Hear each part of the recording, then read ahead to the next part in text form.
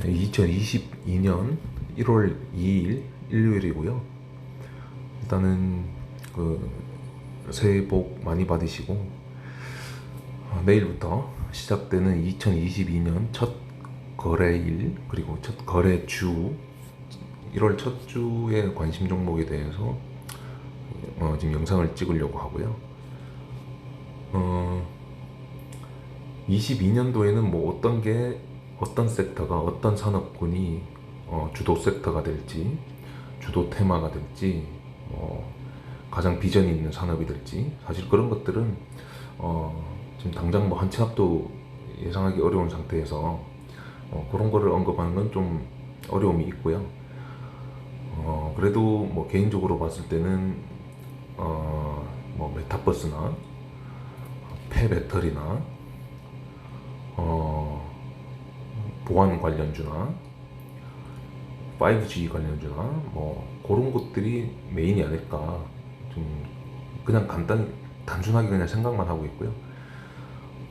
지난 주말 같은 경우에 이번 주말 같은 경우에 뉴스가 나온 게 애플이랑 페이스북 각 두 회사 간의 그 메타버스 사업을 위해서 인력 유출을 막기 위해서 서로 성과금도 지급하고 뭐 그런 것들을 하고 있다라는 뉴스가 있는데 그 정도로 이제 메타버스라든지 그런 것들이 어떻게 보면 21년도에는 단순한 기대감으로 이렇게 갔다라고 하면 이제 22년도에는 진짜 옥석을 가리고 제대로 된 메타버스, NFT 뭐 이런 것들이 좀 실체를 구분하는 그런 한 해가 되지 않을까 예상을 하고요.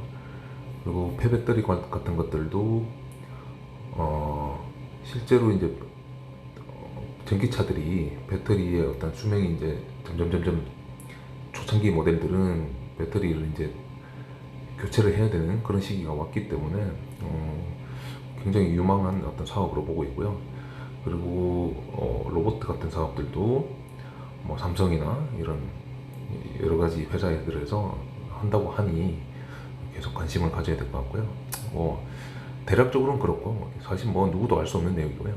그리고 사실은 이제 22년도에는 제일 큰 이벤트가 대선이죠. 이제 3월달에 있을 대선인데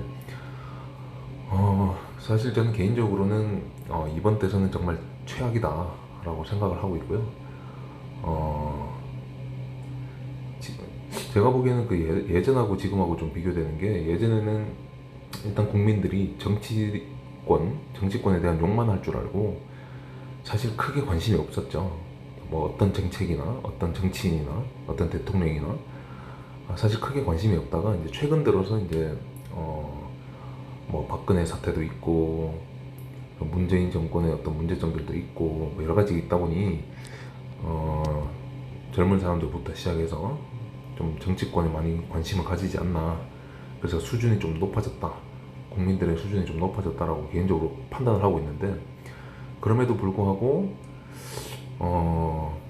대선에 나온 후보들이 저는 개인적으로 아무도 뽑을 사람이 없다. 그 진영 보수나 진보나 뭐 좌파 우파 이런 걸 다 떠나서 누구 하나 진짜 대통령으로 뽑아줄 수 있을 정도의 어떤 그런 역량이나 도덕성 뭐 그런 것들이 자질을 갖춘 사람들이 제가 보기에는 없다라고 판단을 하고 있고 그래서 원래는 이제 예전 같으면 모든 테마 중에서 대선 관련 테마가 가장 힘이 세고 상승폭이 가장 크기 때문에 무조건 열심히 분석을 하고 해야 되는데 이번에는 좀 크게 관심이 없고요.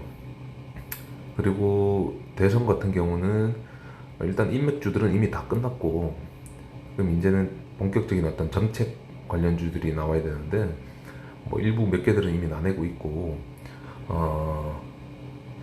제일 기본적으로는 제가 보기에는 부동산이 가장 지금 민감한 상태이기 때문에 뭐 어떤 재개발이나 부동산 신규 공급이나 뭐 그런 것들이 정책적으로는 가장 힘이 좋을 것 같고 그리고 그 사회적으로 지금 제일 문제되는 게 이제 일본 같이 이제 고령화 사회로 가는 건데 출산율이 굉장히 저조하기 때문에 어떤 출산 관련된 정책들 그리고 일자리는 좀 식상하고요. 제가 보기에는 부동산이나 출산 관련 쪽으로 좀 굳이 정책주를 찾는다라고 하면 그런 쪽이 좀 가능성이 있지 않을까 생각을 하고 있고요. 여기까지 하고 저기 다음 주 관심 종목들 하나씩 보면은 일단 비트나인 참 아쉬운 종목인데 일단은 뭐 시간에 의해서 상한가를 갔으니 보시면은 한 이 정도에서 출발을 하겠죠. 17,000원 정도에서 출발을 할 것 같은데 제가 보기에는 일단 음봉일 가능성이 높아 보이는데 혹시나 뭐 시작하자마자 쭉 밀려서 밑꼬리를 쫙 달고 다시 시간이 지나서 시가를 회복한다라고 하면 매매를 할 수 있을 것 같고요. 월요일 시초가는 굉장히 위험할 수 있기 때문에 보유자라면 매도의 영역으로 대응을 하셔야 되고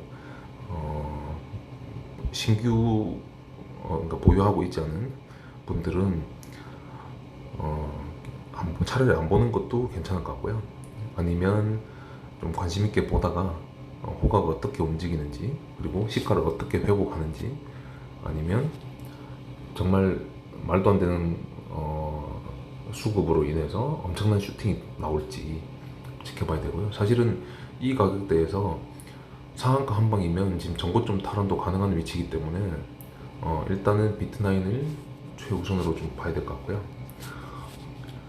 그리고 한국정보공학도 지금 금요일날 상한가를 아침 일찍부터 좀 굉장히 세게 상한가를 갔던 종목인데요. 이것도 시가가 그렇게 많이 갭이 뜨지 않는다라고 하면 정고점이 크게 멀지 않기 때문에 매매를 할 수도 있을 것 같고요. 그리고 폐배터리 관련주들 MPC하고 영화테크인데 MPC는 뭐 지금 지난번에도 얘기 드렸지만 약간 예전으로 치면 KGETS하고 비슷하게 움직이고 있기 때문에 이거 참고하시면 될 것 같고 물론 재료는 전혀 다르고요. KGETS가 예를 들면은 요 박스권에서 요렇게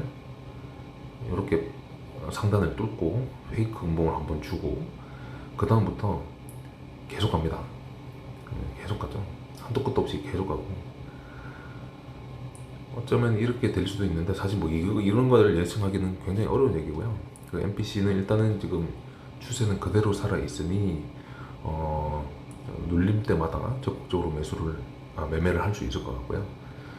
그리고 영화테크 사실 뭐 저는 개인적으로 봤을 때는 폐배터리 관련해서는 MPC는 약간 좀 실제 이 MPC라는 회사의 홈페이지에 들어가 보면 이 플라스틱 제조 회사거든요. 그래서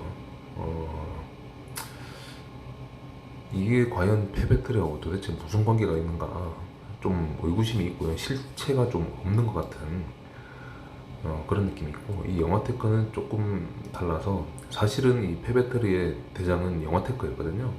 예전에는. 근데 요즘 보면은 이 추세가 다시 파동을 돌리는 흐름이 나오고 있기 때문에 시세가 언제쯤 나올지 그러니까 거래량이 언제 터지냐만 보면 되고 계속 똑같은 얘기를 해서 좀 지루할 수도 있을 것 같긴 한데 지금 최근에는 이게 추세만 돌리는 흐름이지 이렇다 할 거래량이 지금 없기 때문에 뭐 오전장에 최소 5, 600만 주 이상 아니면 1000주 이상, 1000만 주 이상 한 1, 2천억 이상 정도는 터져줘야 그날이 진짜 가는 날이다 라고 판단을 하시면 될 것 같고 모나미는 시간에서 조금 강한 흐름을 보였는데 지난 흐름은 괜찮은데 최근의 움직임을 이렇게 보면 굉장히 좀 의심스러운 움직임을 보이고 있고요. 일본하고 또 약간의 갈등이 있기 때문에 요거는 그냥 참고로만 그냥 보시면 될 것 같고 그리고 에브리봇 로봇 중에 로보티즈를 제외하면 사실은 제가 보기에는 로봇 관련주 중에서는 대장주고 상한가 이후에 이제 주가가 전혀 빠지질 않으면서 시간에 저기 3거래일 단일가 거래를 들어갔고요. 내일이 이틀 차가 되겠고 첫째 날은 사실은 제가 예상하는 움직임과 전혀 다른 움직임이 나왔기 때문에 매매를 하기는 어려움이 있었고 둘째 날, 셋째 날에는 혹시나 뭐 급락을 줄 수도 있으니까 한번 좀 관심 있게 봐야 될 것 같고요. 그리고 팔 어비스. 이거는 추세가 굉장히 좋죠. 지금 여차하면은 또 신고가를 뚫어버릴 수 있는 코앞에 위치가 지금 코앞에 와 있기 때문에 계속 관심을 가져야 되고, 이 팔 어비스는 사실은 단순한 게임주로만 보기는 어렵고 이제는 좀 메타버스 관련주로 봐야 될 것 같고요. 여기서 론칭하는 게 뭐 도깨비라고 이름을 지어가지고 론칭하는 게 있는데, 관심 있으신 분들은 뭐 검색을 해보시면 아실 것 같고, YJM 게임즈도 메타버스 관련이죠. 이것도 지금 추세가 상당히 좋은데 전혀 주가가 지금 빠지질 않고 있고요. 이 종목 같은 경우는 변동성이 워낙에 크기 때문에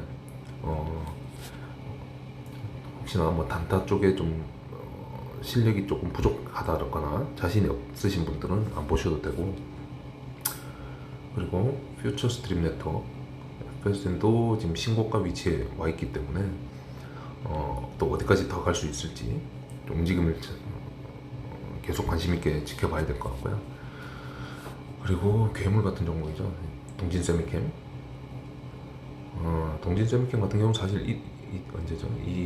10월 1일 상한가를 갔다가 다시 종가를 시가 근방에 맞추면서, 그러니까 상한가까지 갔다가 순식간에 한 7% 정도가 폭락을 하면서 엄청난 거래량이 터졌었고, 이 거래량은 최근에 이렇게 이 주가 위치를 뚫어놨기 때문에 계속 관심을 가졌던 종목이고요. 뭐 재료 관점에서 봤을 때는 이제 뭐 배터리 관련 사업도 동진세미캠하고 연관이 있죠. 그래서 단순한 반도체 관련이나 뭐 어떤 예전 같으면 일본과 어떤 문제가 생겼을 때 뭐 어떤 반도체 장비 관련 것 같은 것들을 국산화한다 해서 이제 최근에 국산화를 하긴 했고, 그리고 배터리하고도 지금 사업이 연관되어 있기 때문에 사업적인 측면에서 봤을 때는 좀 무궁무진하다. 다만 주가 위치가 지금 굉장히 부담스러운 위치에 와 있기 때문에 분명히 조정을 좀 줘야 될 것 같은데, 워낙에 지금 수급이 세기 때문에 언제 조정을 줄지는 모르겠고, 그 순간순간의 어떤 파동, 잔파동을 이용해서 좀 매매를 할 수 있을 것 같고요. 그리고 폴더블 관련주들이죠. 사실은 뭐 핸드폰 관련주들인데, 좀 최근에 네이버 뉴스를 자주 보시는 분들은 알겠지만은 중국에서 뭐 이상한 폴더블 폰을 만들어서 뭐 삼성보다 더 잘 만들었다 이상한 소리를 하는데, 그런 것들이 삼성을 좀 더 부각시켜주면서 폴더블 폰의 어떤 압도적인 전 세계 1위를 굳히고 있는 삼성전자의 품질을 좀 더 지켜 세울 수 있기 때문에 파인테크닉스가 일단은 주가 위치로 봤을 때는 대장주고요. 이거는 지금 전고점이 5%밖에 남지 않았기 때문에 여차하면 신고가를 뚫어버릴 수 있는 충분한 위치에 와 있어서 관심을 가지고 있고, 그리고 KH바텍, 이거는 폴더블 폰에서 핵심이라고 할 수 있는 힌지인데요. 힌지. 그러니까 예를 들면 90도로 잡았을 때 그게 앞으로도 뒤로도 안 넘어지고 고정시켜 준다든지, 홀더가 완전히 접힐 수 있게 접어준다든지 펼쳐준다든지, 그 힌지 관련인데 최근에 움직임이 굉장히 좋습니다. 그래서 또 신규 폴더블 폰이 나올 시기도 다 됐고, 그렇기 때문에 관심 있게 계속 봐야 되고요. DIU도 신규주 중에서 지금 추세가 상당히 좋은 위치인데, 지금 수요일 목요일 의도적으로 약간 눌림을 줬고, 또 새로운 시세가 나올 수 있기 때문에 계속 관심 있게 봐야 되고요. 그리고 MBT는 이게 이제 지난번 동진세미캠의 10월 1일자하고 약간 비슷한 느낌인데, 요거는 일단 시간을 가지고 눌렀다가 앞으로 이제 어떻게 갈지, 누른 다음에 어디까지 누르는지 그걸 유심히 봐야 될 것 같고요. 아마 제가 보기에는 이 저가 23,000원대는 좀 깨기 쉽지 않은 위치다라고 판단을 하고 있고, 이건 시간을 좀 가지고 당장 매매할 수는 좀 어렵겠지만 좀 스윙 관점이나 중장기 관점에서 천천히 봐야 될 것 같고요. 시그네틱스는 이미 뭐 시세가 계속 많이 나오고 있기 때문에 매일 이거는 좀 눌릴 때를 좀 조정 줄 때를 좀 지켜봐야 될 것 같고요. 이수펜타시스도 마찬가지고 또 좀 눌릴 때 봐야 되고, 이건 지금 위치가 사상 최고가에 와 있기 때문에 어디까지 갈지 사실 뭐 알 수는 없어요. 이런 것들은. 다만 전반적으로 보면 약간 오지 쪽에 알게 모르게 이렇게 수급이 들어오고 있다는 거. 서진 시스템도 똑같고요. 5G에 이제 사실 원래는 대장주가 KMW인데 KMW는 주가 위치가 굉장히 나쁜 위치에 있기 때문에 보시면은 엄청난 지금 사실은 뭐 장기적으로 봤을 때는 장기 투자자 입장에서 봤을 때는 바닥권이죠. 완전 바닥권인데 스윙이나 어떤 단기 매매 하는 분들한테는 좀 크게 메리트가 없는 좀 위험한 자리, 안 좋은 자리에 있고요. 그래서 이제 서진 시스템이나 이수페타시스를 먼저 보고 있고, 그리고 나머지 자율주행 관련주들은 일단 좀 최근에 급격한 상승을 줬기 때문에 좀 계속 조정을 줘야 될 것 같고요. 이건 뭐 당장 일단 매매할 계획은 없을 것 같고, 추후에 이제 시간이 지나면서 뭐 애플카라든지 다른 어떤 재료가 확실히 좀 명확해지면 조정이 끝나고 나서 그쯤에 다시 이제 좀 볼 수 있을 것 같고, 칩셋 미디어는 이제 12월 28일자 이따가 이제 사실은 신고가를 뚫는 자리였는데 제가 보기에는 약간 고의적으로 좀 뚫지 않은 느낌이 있고요. 이거는 다시 이제 고점을 뚫으러 갈 때가 분명히 있을 것 같은데 그때 다시 보면 될 것 같고, 로보티지는 도대체가 이제 손댈 수가 없는 자리에 와 있기 때문에 이거는 단순히 이제 돈의 흐름을 보기 위한, 거래대금을 보기 위한 용도로 나눴고, 일동도 마찬가지. 그리고 아모센스는 지난 상한가 이후에 지금 주가가 전혀 빠지질 않고 거의 한 일주일 넘게 조정을 이렇게 주고 있는데요. 여차하면 또 새로운 시세가 나올 수도 있으니 이렇게 관심 있게 보면 될 것 같고요. 성신양에도 건강한 조정을 계속 주고 있는데 언젠가 다시 거래량이 터질 때 그때 이제 관심을 가지면 될 것 같고요.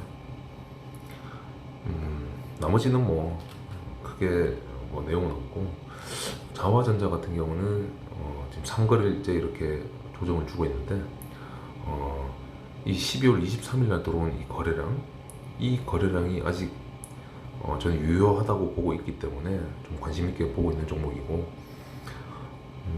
이 23일에 만들어낸 고점 28,250원 이거를 뚫으러 가는 날이 있을 것 같은데 거래량을 좀 유심 지켜보면서 뚫으러 간다라고 보이면 눈치 빠르게 다시 진입해서 스윙이든 뭐 단기 매매든 진행을 할 수 있을 것 같고요. 이 정도로 보시면 될 것 같고, 매년 이제 새해가 되면 뭐 모든 투자자분들이 똑같겠지만 특정한 어떤 목표를 세우고 그 목표를 좀 달성해야 되겠다, 처음에만 그렇게 생각을 하고 또 하다 보면 나중에는 내동매매가 되고 또 손실이 계속 커지고 누적되고 뭐 그런 게 일반적인 어떤 패턴이라고 저는 보는데, 큰 욕심을 버리고 올해는 꾸준히 단돈 10,000원이 됐든 하루에 10,000원이든 100,000원이든 100,000원이든 본인의 어떤 그 시대에 맞게 꾸준히 한번 누적을 시켜보겠다. 하루에 한 번을 매매해도 누적을 시켜보겠다. 또는 잦은 매매를 하시는 분들은 이번에는 좀 하루에 꼭 필요한 거 한두 번 정도 그렇게만 매매를 하고 좀 자리를 떠나서 일부러 좀 시장을 보지 않고 매매를 하지 않고 꼭 필요할 때만 한번 해봐야 되겠다. 뭐 그런 어떤 목표를 세우면 좋을 것 같고요. 그 아직까지 뭔가 좀 흔히 말해서 이제 포텐이 터지지 않은 분들은 작은 금액으로, 제가 보기에는 뭐 한 100만 원 정도만 해도 그게 그렇게 작은 금액도 아니고 실제로 어떤 널리 퍼져 있는 실전 고수들을 보면 뭐 한 작게는 30만 원 정도부터 시작한 그런 분들도 계시고, 뭐 한 1, 200만 원으로 끝까지 계속 깡통을 차다가 결국 마지막 남은 한 1, 200만 원으로 뭐 10억, 20억씩 1년, 2년 만에 순식간에 달성하는 분들도 계시기 때문에 언젠가 충분한 공부가 되고 그런 포텐이 터지기 전까지는 100만 원 이하의 소액으로 꾸준히 연습을 해서 시장은 내년에도 계속되고 10년 뒤에도 20년 뒤에도 계속될 거기 때문에 연습을 많이 해서 큰 돈 잃지 않는 선에서 기본기를 탄탄히 다지고 언젠가 기회가 되면 시장에 갖다 바친 돈을 다시 쭉 회수하고 그 이후에부터 경제적 자유를 얻는 그런 시발점이 됐으면 좋겠고요. 그리고 여하튼 모든 매매의 기본은 읽지 않는 거, 읽지 않는 매매가 가장 중요하기 때문에 남들이 뭐 10%를 먹든 100만 원을 벌든 200만 원을 벌든 신경 쓰지 마시고 본인의 어떤 환경 속에서, 처해진 환경 속에서 어떻게든 읽지 않는, 매매를 안 한다든지 적게 한다든지 비중을 작게 한다든지 분할로 한다든지 뭐 여러 가지 어떤 방법을 써서든 읽지 않는 방법을 터득하는 것이 가장 먼저임을 좀 인지를 하시고 그런 어떤 목표를 세우고 실행을 할 수 있는 그런 한 해가 되시길 바라겠습니다. 네, 이상입니다.